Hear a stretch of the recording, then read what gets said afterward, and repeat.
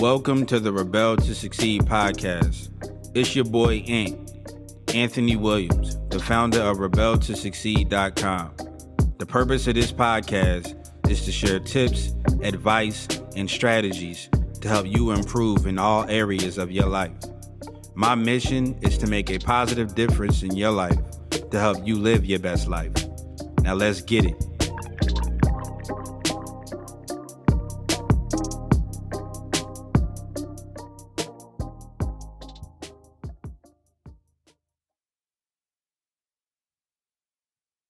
What up, Rebels? It's your boy Ant from Rebel to Succeed coming at you with another podcast episode. Yes, sir. So in this podcast episode, I'm going to be sharing chapter 6 of the Think and Grow Rich audiobook that we have been sharing with you guys. So this one is another very important one. It's about imagination. So make sure you check this one out. Make sure you go back and listen to the other chapters if you haven't listened to those as well. But check out chapter 6 of Think and Grow Rich by Napoleon Hill.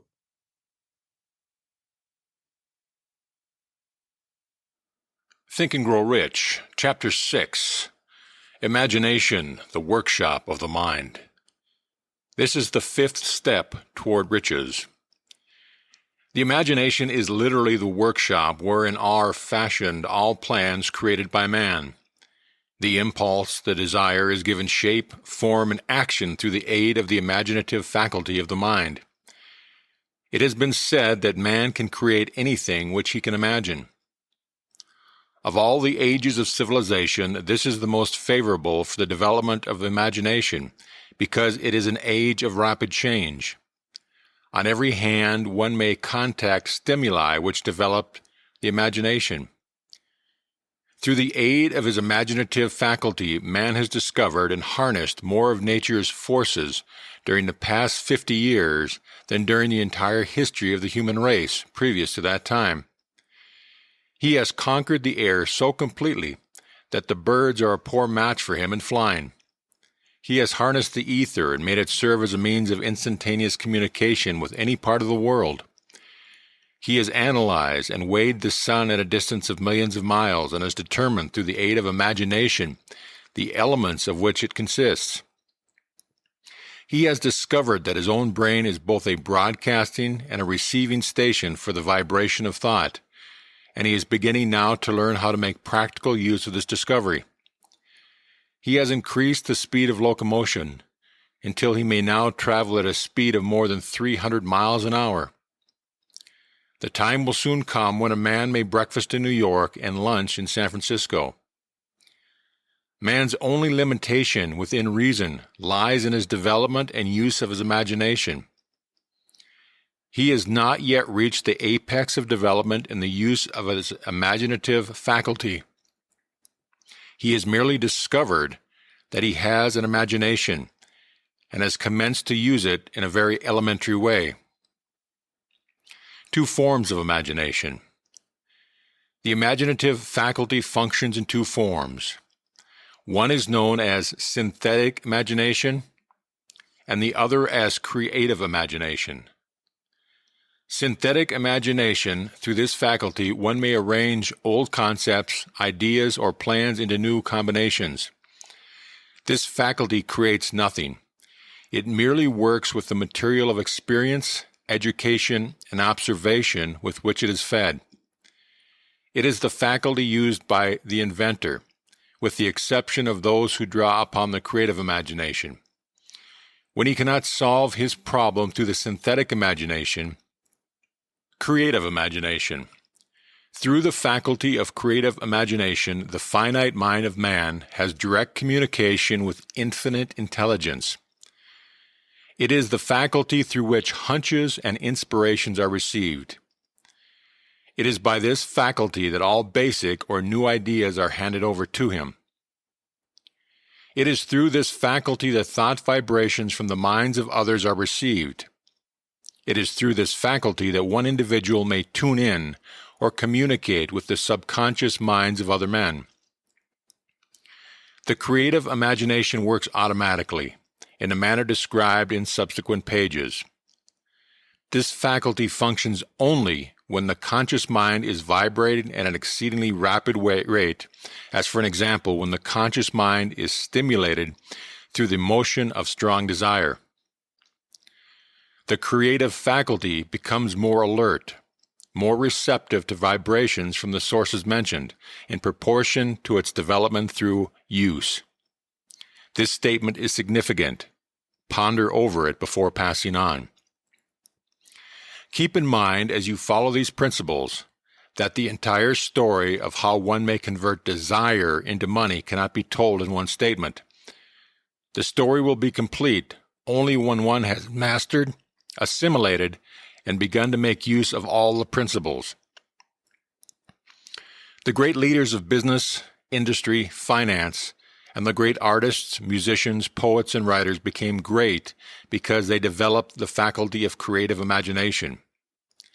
Both the synthetic and creative faculties of imagination become more alert with use, just as any muscle or organ of the body develops through use. Desire is only a thought, an impulse. It is nebulous and ephemeral. It is abstract and of no value until it has been transformed into its physical counterpart. While the synthetic imagination is the one with which we will use more frequently in the process of transforming the impulse of desire into money, you must keep in mind the fact that you may face circumstances and situations which demand use of the creative imagination as well. Your imaginative faculty may have become weak through an action. It can be revived and made alert through use. This faculty does not die, though it may become quiescent through lack of use. Center your attention for the time being on the development of the synthetic imagination, because this is the faculty which you will use more often in the process of converting desire into money. Transformation of the intangible impulse of desire into the tangible reality of money calls for the use of a plan or plans. These plans must be formed with the aid of the imagination, and mainly with the synthetic faculty. Read the entire book through, then come back to this chapter and begin at once to put your imagination to work on the building of a plan or plans for the transformation of your desire into money. Detailed instructions for the building of the plans have been given in almost every chapter. Carry out the instructions best suited to your needs. Reduce your plan to writing. If you have not already done so, do it now. The moment you complete this, you will have definitely given concrete form to the intangible desire. Read the preceding sentence once more. Read it aloud very slowly. And as you do so, remember that the moment you reduce the statement of your desire and a plan for its realization to writing, you have actually taken the first of a series of steps which will enable you to convert the thought into its physical counterpart. The earth on which you live, you yourself, and every other material thing are the result of evolutionary change, through which microscopic bits of matter have been organized and arranged in an orderly fashion. Moreover, and this statement is of stupendous importance, this earth, every one of the billions of individual cells of your body and every atom of matter, began as an intangible form of energy. Desire is thought impulse. Thought impulses are forms of energy.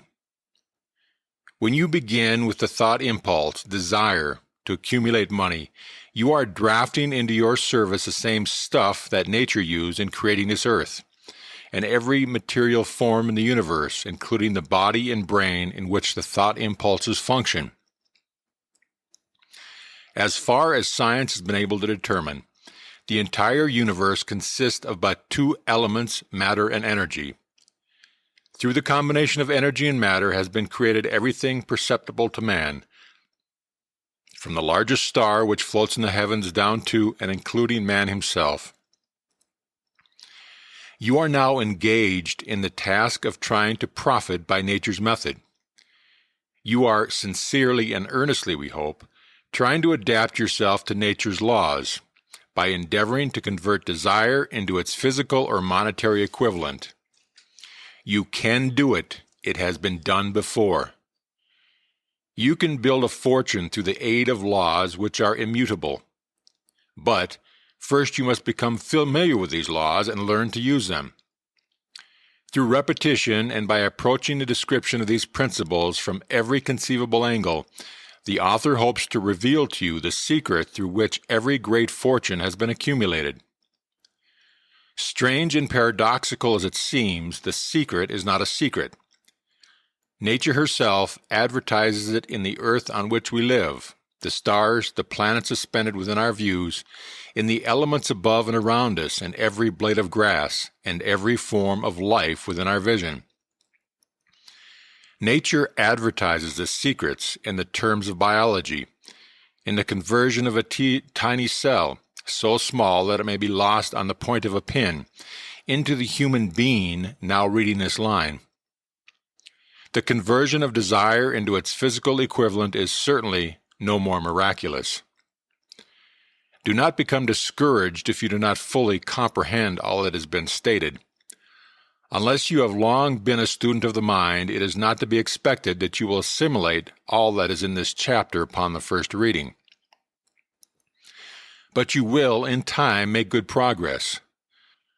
The principles which follow will open the way for understanding of imagination. Assimilate that which you understand as you read this philosophy for the first time. Then, when you reread and study it, you will discover that something has happened to clarify it and give you a broader understanding of the whole. Above all, do not stop nor hesitate in your study of these principles until you have read the book at least 3 times, for then you will not want to stop. How to make practical use of imagination. Ideas are the beginning point of all fortunes. Ideas are products of the imagination. Let us examine a few well-known ideas which have yielded huge fortunes with the hope that these illustrations will convey definite information concerning the methods by which imagination may be used in accumulating riches. The Enchanted Kettle. 50 years ago, an old country doctor drove to town, hitched his horse, quietly slipped into a drugstore by the back door, and began dickering with the young drug clerk. His mission was destined to yield great wealth to many people. It was destined to bring the South the most far-flung benefits since the Civil War. For more than an hour, behind the prescription counter, the old doctor and the clerk talked in low tones. Then the doctor left. He went out to the buggy and brought back a large, old-fashioned kettle, a big wooden paddle used for stirring the contents of the kettle, and deposited them in the back of the store. The clerk inspected the kettle, reached into his inside pocket, took out a roll of bills, and handed it over to the doctor. The roll contained exactly $500, the clerk's entire savings. The doctor handed over a small slip of paper on which was written a secret formula. The words of the small slip of paper were worth a king's ransom, but not to the doctor. Those magic words were needed to start the kettle to boiling, but neither the doctor nor the young clerk knew what fabulous fortunes were destined to flow from that kettle. The old doctor was glad to sell the outfit for $500. The money would pay off his debts and give him freedom of mind. The clerk was taking a big chance by staking his entire life savings on a mere scrap of paper and an old kettle. He never dreamed his investment would start a kettle to overflowing with gold that would surpass the miraculous performance of Aladdin's lamp. What the clerk really purchased was an idea.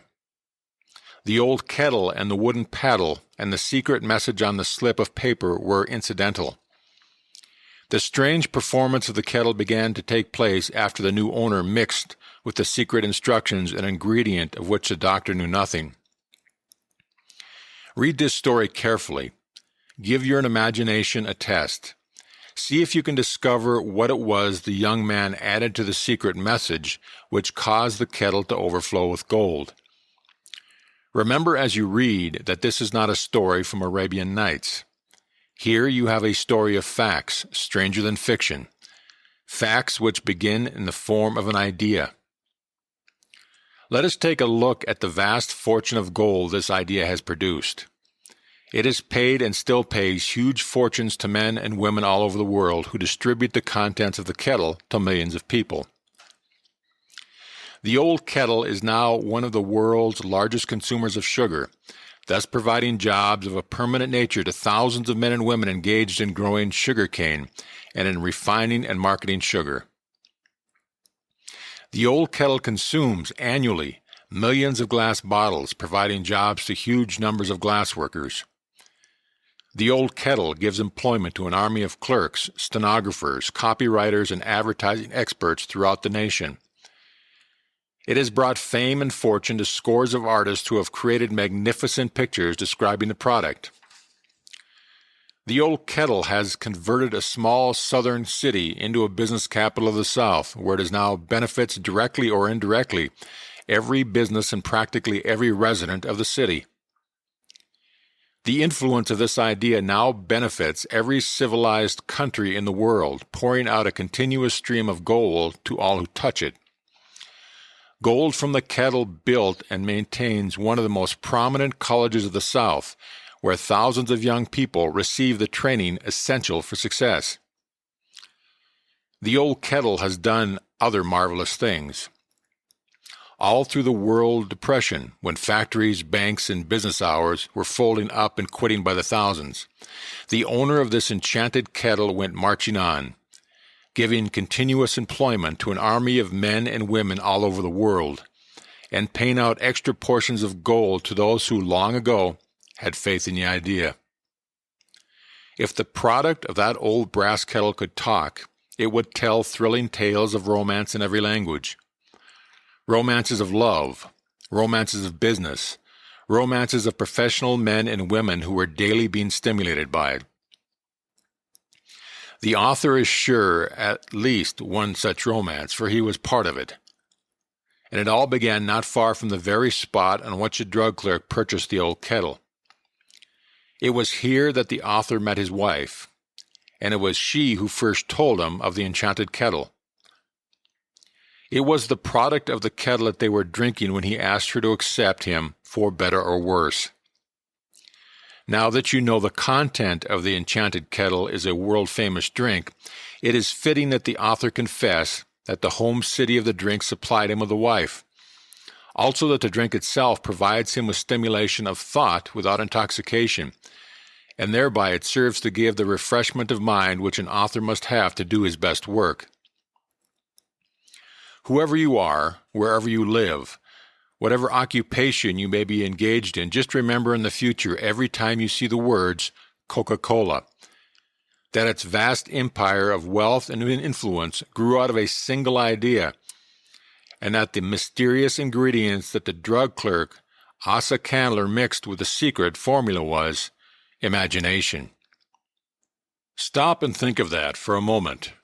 Remember also that the 13 steps to riches described in this book were the media through which the influence of Coca-Cola has been extended to every city, town, village, and crossroads of the world. As solid and meritorious as Coca-Cola has the possibility of duplicating the stupendous record of this worldwide thirst killer. Truly, thoughts are things, and their scope of operation is the world itself. What I would do if I had $1 million. This story proves the truth of that old saying, where there's a will, there's a way. It was told to me by the beloved educator and clergyman, the late Frank W. Gonzalez, who began his preaching career in the Stockyard region of South Chicago. While Dr. Gonzalez was going through college, he observed many defects in our educational system, defects which he believed he could correct if he were the head of a college. His deepest desire was to become the directing head of an educational institution in which young men and women would be taught to learn by doing. He made up his mind to organize a new college in which he would carry out his ideas without being handicapped by orthodox methods of education. He needed $1 million to put the project across. Where was he to lay his hands on so large a sum of money? That was the question that absorbed most of this ambitious young preacher's thought. But he couldn't seem to make any progress. Every night he took the thought to bed with him. He got up with it in the morning. It took him with him everywhere he went. He turned it over and over in his mind until it became consuming obsession. $1 million is a lot of money. He recognized that fact, but he also recognized the truth that the only limitation is what one sets up in his own mind. Being a philosopher as well as a preacher, Dr. Gonzalez recognized, as do all who succeed in life, that definiteness of purpose is the starting point from which one must begin. He recognized, too, that definiteness of purpose takes on animation, life, and power when backed by a burning desire to translate that purpose into its material equivalent. He knew all these great truths, yet he did not know where or how to lay his hands on $1 million. The natural procedure would have been to give up and quit by saying, well, my idea is a good one, but I cannot do anything with it because I never can procure the necessary $1 million. That is exactly what the majority of people would have said, but it is not what Dr. Gonzalez did.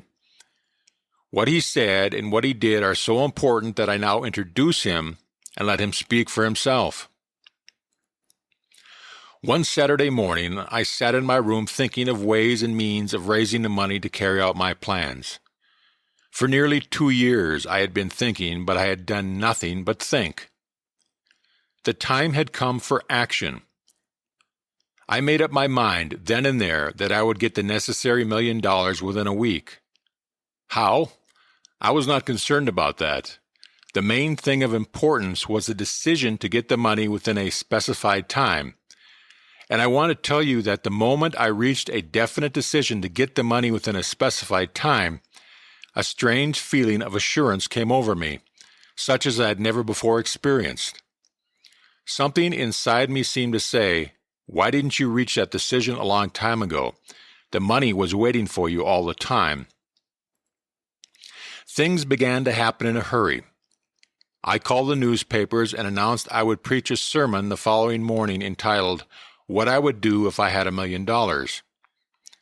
I went to work on the sermon immediately, but I must tell you, frankly, the task was not difficult, because I had been preparing that sermon for almost 2 years. The spirit back of it was part of me.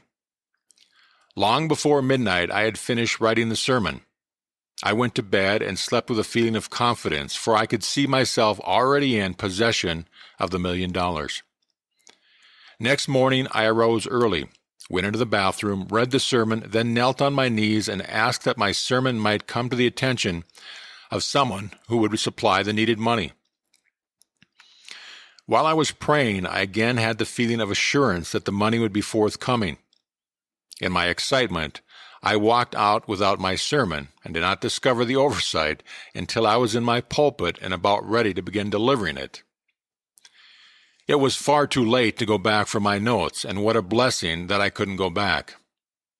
Instead, my own subconscious mind yielded the material I needed.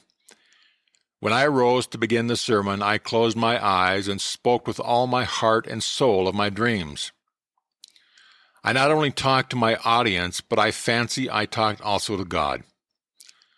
I told what I would do with $1 million if that amount were placed in my hands.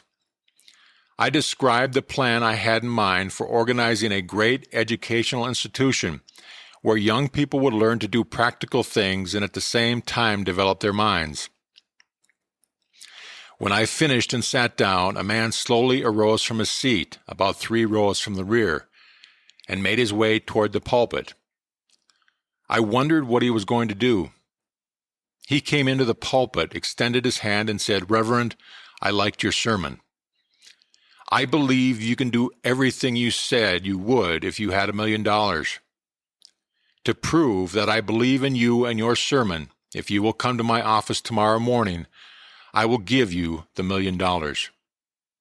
My name is Philip D. Armour."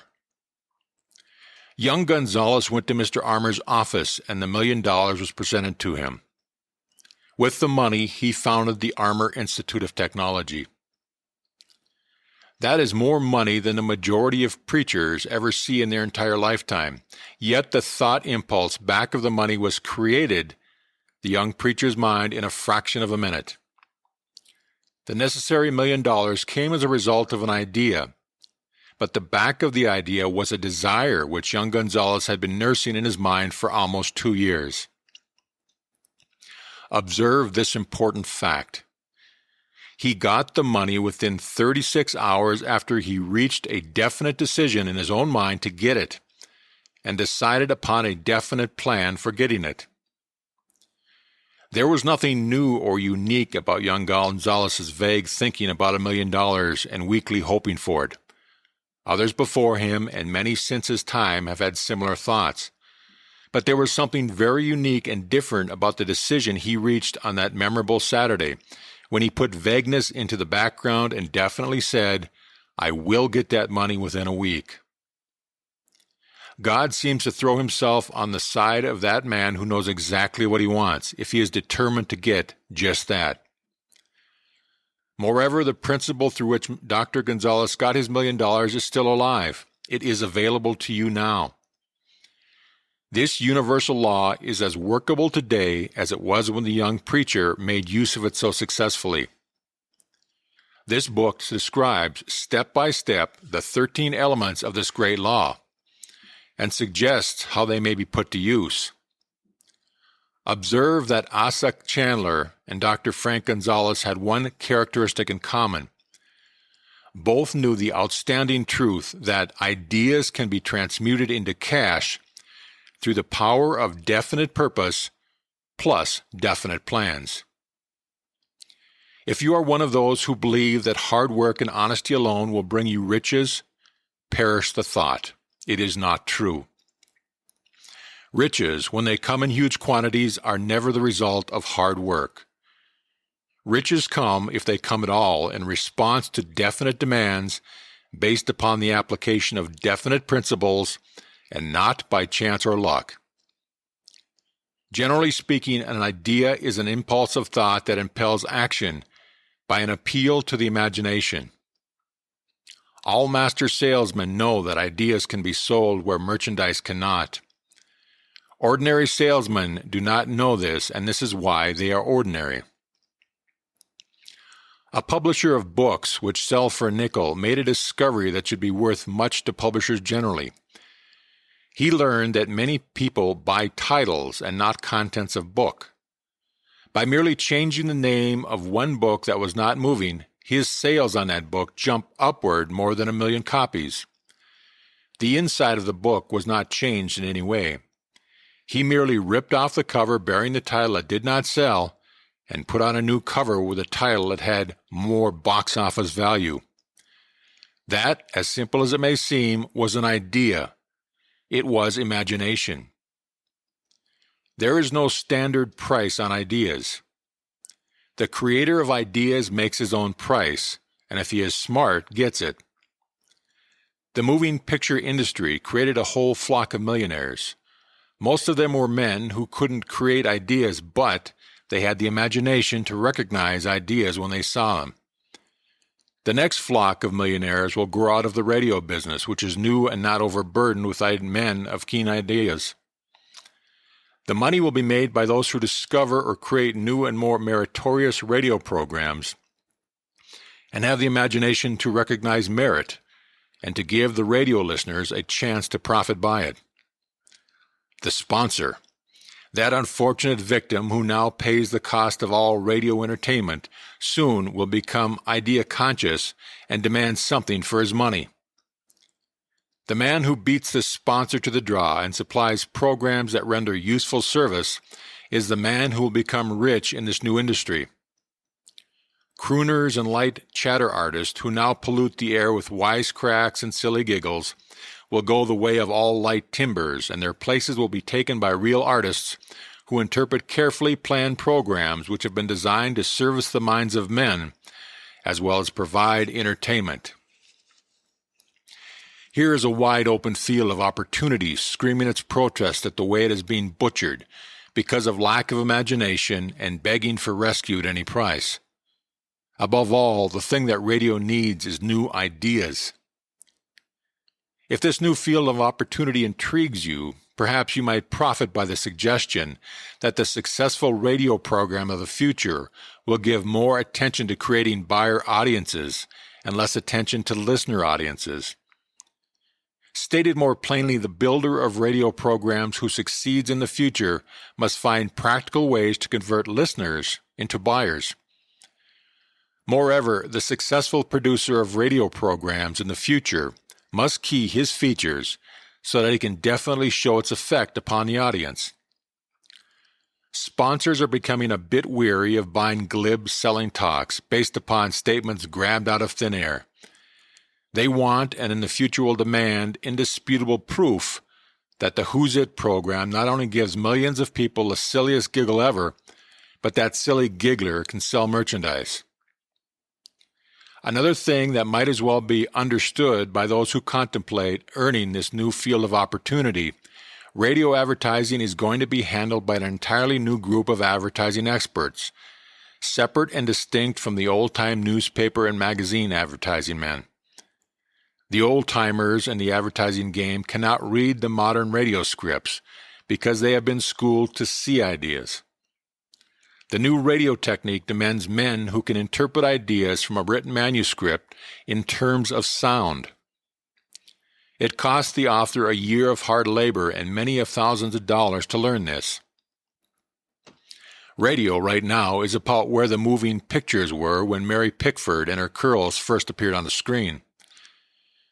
There is plenty of room in radio for those who can produce or recognize ideas.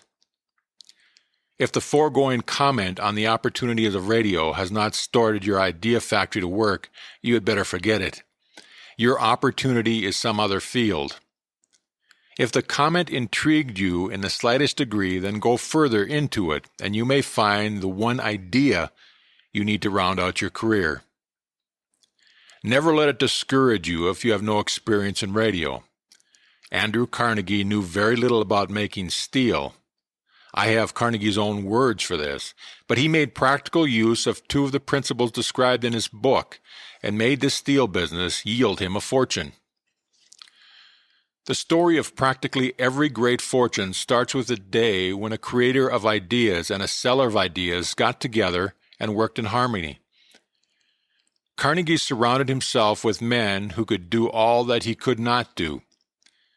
Men who created ideas, and men who put ideas into operation and made himself and the others fabulously rich. Millions of people go through life hoping for favorable breaks. Perhaps a favorable break can get one an opportunity, but the safest plan is not to depend on luck. It was a favorable break that gave me the biggest opportunity of my life, but 25 years of determined effort had to be devoted to that opportunity before it became an asset. The break consisted of my good fortune in meeting and gaining the cooperation of Andrew Carnegie. On that occasion, Carnegie planted in my mind the idea of organizing the principles of achievement into a philosophy of success. Thousands of people have profited by the discoveries made in the 25 years of research, and several fortunes have been accumulated through the application of this philosophy. The beginning was simple. It was an idea which anyone might have developed. The favorable break came through Carnegie, but what about the determination, definiteness of purpose, and the desire to attain the goal, and the persistent effort of 25 years? It was no ordinary desire that survived disappointment, discouragement, temporary defeat, criticism, and the constant reminding of the waste of time. It was a burning desire, an obsession. When the idea was first planted in my mind by Mr. Carnegie, it was coaxed, nursed, and enticed to remain alive. Gradually, the idea became a giant under its own power, and it coaxed, nursed, and drove me. Ideas are like that. First you give life and action and guidance to ideas. Then they take on a power of their own and sweep aside all opposition. Ideas are intangible forces, but they have more power than the physical brains that give birth to them. They have the power to live on after the brain that creates them has returned to dust.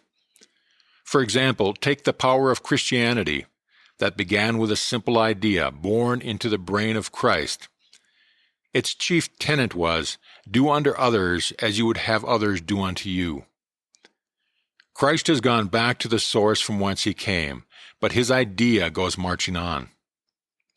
Someday it may grow up and come into its own. Then it will have fulfilled Christ's deepest desire. The idea has been developing only 2,000 years. Give it some time. Success requires no explanation. Failure permits no alibis. So that was chapter 6 of Think and Grow Rich by Napoleon Hill. Straight to the point with it, imagination is everything. It's everything when it comes to you envisioning your goals and working towards your goals. I know you've all heard the saying, if you can see it, then you can achieve it. So I feel like it's very important for you to use your imagination to vision the outcome of whatever goal that you're trying to achieve, and make sure that you can see yourself in that position. So it's very important for, the subconscious mind, and it's very important for you achieving your goals, because it makes it a bit easier when you can see, like, you basically are envisioning the future. So it's a very important chapter of the book. I would encourage you guys to envision the end goal of whatever goal that you're trying to achieve, to help you achieve your goals, and help, just ingrain it into your subconscious mind to help you achieve your goals. So hopefully you guys enjoyed this chapter, very important chapter. If so, leave a review. Let me know what you guys thought about this chapter of the book. Of course, go to rebeltosucceed.com. Check out the other content there, the blog posts, the books, and all of that. And last but not least, be a rebel. Reach everybody by exercising love. And yeah, it's your boy Yan from Rebel to Succeed. And I'll catch you guys in the next episode.